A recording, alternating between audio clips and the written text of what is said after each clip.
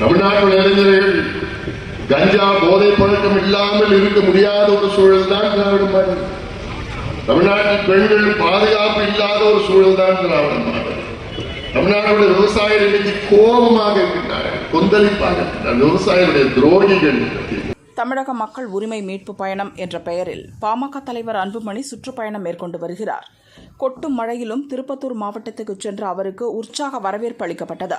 பின்னர் பேசிய அவர், சமூக நீதிக்கு எதிரான கட்சி திமுக, அதை பற்றி பேச திமுகவுக்கு தகுதி இல்லை என்றார். சமூக நீதிக்கும் திமுகவுக்கும் சமூக நீதிக்கும் முதலமைச்சர் ஸ்டாலின் அவர்களுக்கும் எள்ளளவும் சம்பந்தம் கிடையாது. சமூக நீதி பத்தி பேசுவதற்கு உங்களுக்கு தகுதி கிடையாது.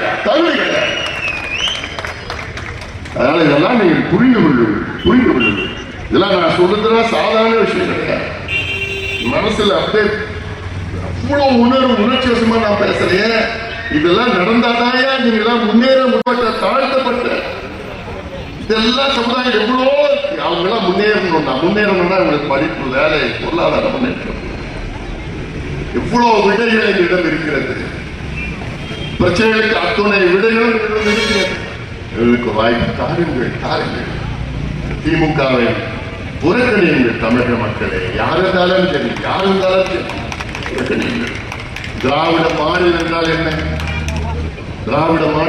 என்ன? தமிழ்நாட்டினுடைய இளைஞர்கள் மது இல்லாமல் இருக்க முடியாத ஒரு சூழல். இதுதான் திராவிட மாடல். தமிழ்நாட்டினுடைய இளைஞர்கள் கஞ்சா போதை பழக்கம் இல்லாமல் இருக்க முடியாத ஒரு சூழல் தான் திராவிட மாடல். தமிழ்நாட்டில் பெண்கள் பாதுகாப்பு இல்லாத ஒரு சூழல் தான் திராவிட மாடல். தமிழ்நாடுடைய விவசாயிகள் இன்னைக்கு கோபமாக இருக்கின்றார்கள், கொந்தளிப்பாக இருக்கின்றார்கள். விவசாயிகளுடைய துரோகிகள். அனைத்து தொழிலாளர்களுடைய துரோகிகள். ஆட்சி மாற்றம் நிச்சயமாக நடந்தே திமுகவை வீட்டுக்கு அனுப்புகின்ற காலம் நேரம் வந்துவிட்டது. அதற்கு நீங்கள் எல்லோரும் ஒன்றிணையுங்கள். நிச்சயமா இந்த வருகின்ற சட்டமன்ற தேர்தலிலே யாருக்கு வீட்டுக்கு அனுப்ப போறோம்? யாரு முடிவு பண்ணிட்டீங்க, அவ்வளவுதான். அதனால நிச்சயமா இது இங்க மட்டும் இல்ல, திருப்பத்தூர் மட்டும், தமிழ்நாடு மக்கள், அனைத்து நிலை மக்களும் என்று முடிவு செய்து விட்டார்கள். திமுகவை வீட்டுக்கு அனுப்புவோம் என்று முடிவு செய்து விட்டார்கள்.